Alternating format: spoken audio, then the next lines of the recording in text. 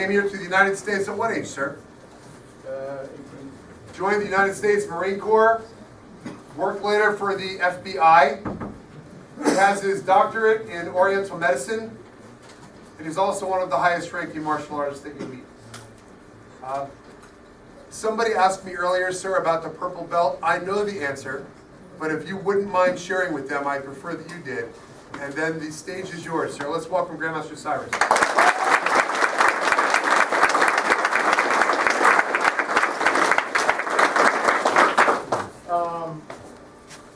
Most of us who are wearing rank, most of us don't have a clue regarding the historical evolution of colored belts and what have you. We just take for granted that it's always been there. But this ranking is a relatively new innovation.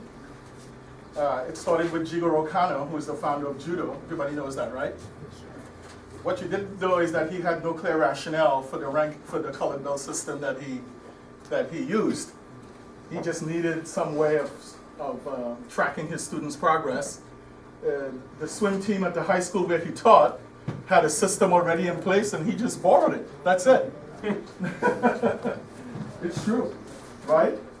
And there was very few colors in the system. You know, more like you go from white to blue, brown, and then black. That was it. A lot of the other colors was added by us Western practitioners for economic reasons. Okay? But when you study most cultures and how they view colors, like the chakra system in Oriental medicine, guess which color is the most primary color on top? Is a purple or gold, which is why I would assume that Dojinim chose the gold belt as the terminal rank, because it really signifies a higher consciousness. So you can either use purple or you can use gold or white. I chose purple in my own system because not only do I understand the color system from a traditional point of view, the school I started off in as a child in Trinidad, the name of the school was Purple Dragon. So it's just me giving my teacher in my old school some credit as well. So it kind of all comes together.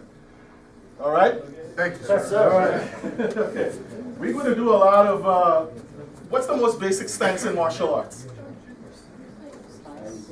What's the most basic stance? What is it? This. So most of us don't realize that all of your martial arts skills should actually originate or spring from that particular stance. You don't walk around doing this. You don't walk around doing that, right? No, sir. You have to be able to move naturally and not be worried about what your legs are doing. But most of us, our posture is somewhat not right. So if everybody would just put your feet about a little bit more than shoulder width apart, and rather than stick your butt out, tuck your tailbone. That helps to structurally create the right structure. Relax your chest muscles, round your shoulders slightly, tuck your chin a little bit, and that's where you should move from. I mean, it doesn't have to be this extreme, but this is really where you should move from. And your body should be really relaxed, and your breath should sink into your dungeon, as it were. This is what informs your movement from the door. Everything else is just like piling upon this, right? And some of you don't understand how breath control informs your movement, but it does. And you'll see by the end of the time here how important that is, okay? But some of you standing there like this. Now take a deep breath. Everybody take a deep breath. Okay, everybody's pretty much breathing into your chest.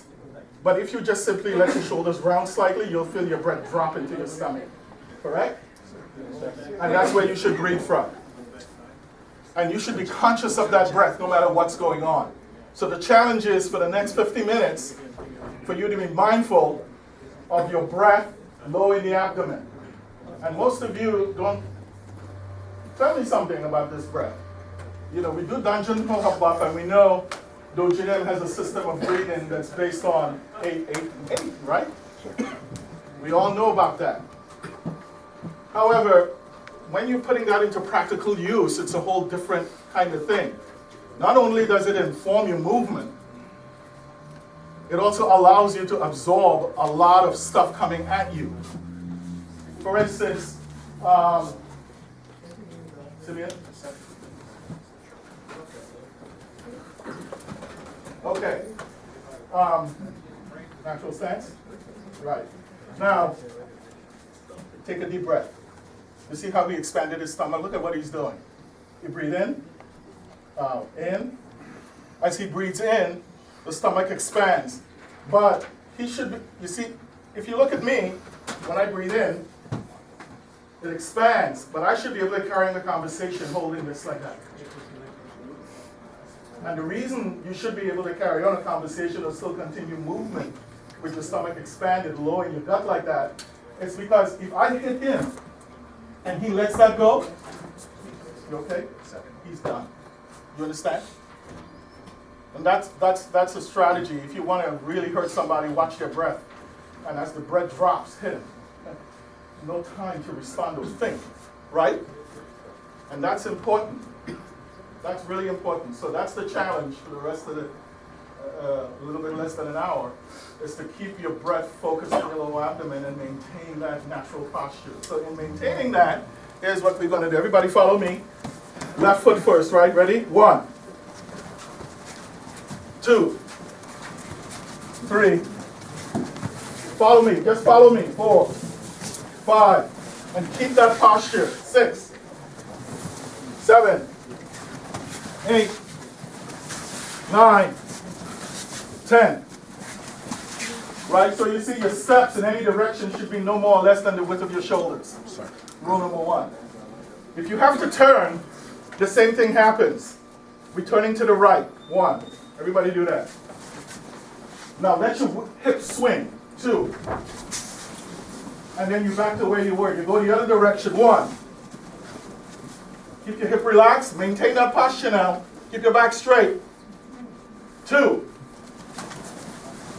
Okay? And that's how you change direction if you have to turn. Now, as we were doing that, you guys lost the posture. You lost it because you're not used to moving like that. Your chin started to float. You know, we have people in here who are very good boxers and kickboxers. They would tell you, your chin floats, you get knocked out. Boom. Because if you get hit and your chin is slightly tucked, it unifies your whole body. If you allow the chin to float, you're done. You can appreciate that, right? And martial artists are bad when it comes to that stuff. We get here and we do this kind of stuff, the chin floats. Basic error. Okay? Now, the other exercise we're going to do is how to punch in this position. Okay? Now everybody push up position. Sir. Push up. Now once you push up, your knuckles on these 2 knuckles only. Not your whole fist, on those 2 knuckles only. Now I want you to do 1 push up. 1. Okay. Now I want you to feel what you're doing. Feel the stability in your wrist and in your forearm. And look at your elbow as it bends. Again, 2. Okay. Now, rather than doing a push up, I want you to feel like you're moving away from the floor. Again, go. Move. Exactly. All right, everybody stand up. Sir. And that's how you're going to punch. Okay? So here's the punching exercise. Rather than this kind of thing, this is what you're going to do. Be very relaxed and hit. You see how my elbow is? That's how I was doing a push-up, right? Sir. Same thing. Same thing. I know, he was just waiting for me to pick on him. Now, he's a pretty, right? Now, feel this. How did that feel? Took the wind out of you, right? That's the point I'm trying to make. You don't have to, it's very relaxed. That's it. You see how relaxed that is? It doesn't require this. All it takes is this. Relax your shoulders, relax everything, and while we're at it, I'm going to highlight one principle for the next 40 minutes. Besides your breathing and your posture, the principle is the wave principle. Anybody ever use that principle in your martial arts? How would you do the wave? Let me have an example out here. Any down holder out here wants to demonstrate how to use the wave principle? Step forward and do it. Come on. Yes, sir. With the punch? However you want to demonstrate it. Okay, yes, sir. Okay. Wave principle. Wave. Where you literally create a wave. And that's, by the way, that's the basics on which a sword is used. You know, a sword cut is a wave. You know that, right? And we had somebody here demonstrating sword earlier. It's not this chop. It's a wave. Otherwise, it has no slicing component. It's just a chop. A sword cut is not a chop. It's not like swinging an axe. It's like, Simeon, just stand aside for a sec. He's used to me doing the same, so I don't want to hurt him. But if you look at this sword, it's not this. It's this. See the difference? What did I do that was different about that? Yes, it has this component to it. There's two basic cuts in swordsmanship. Pushing cut and pulling cut. It depends on the situation. Either way, it creates this wave. Right? This wave could be further illustrated, like if I'm going to strike him, here it is. It's a wave. I hope you saw what that looked like. Or here. Wave. That's what this is. It's a wave. No, that's why no one should be able to grab your wrist anyway. But the point I'm trying to make about this punch is that I want you guys to pair up and just stand there and relax and go like this. Breathe out. Breathe. Now, if you take a punch that's too hard, like I go like this, rather than do that, keep your body erect. You know, women who are pregnant, they have this Lamaze breathing that they do. Why do they do it? Why do they do Lamaze breathing, that holographic breathing? Why? It literally modulates the nervous system and reduces pain. So when you get hit, it's not, no, but it's, that's what that is. You understand? Sure. So if you get hit and it feels like it goes through you, don't go, because you still should be able to get hit and function. Understand? Sure.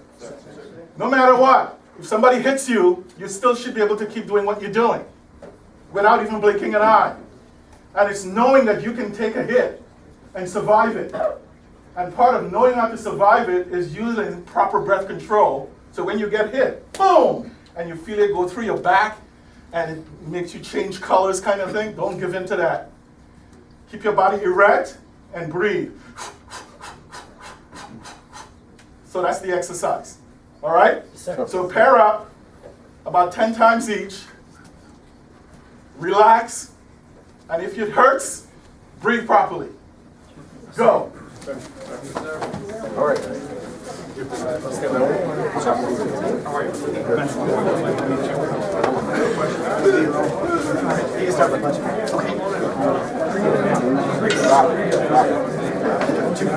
that side.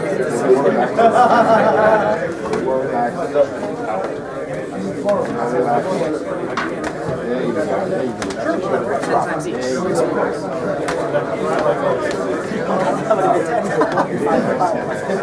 Alright, try not to be easier. More solid.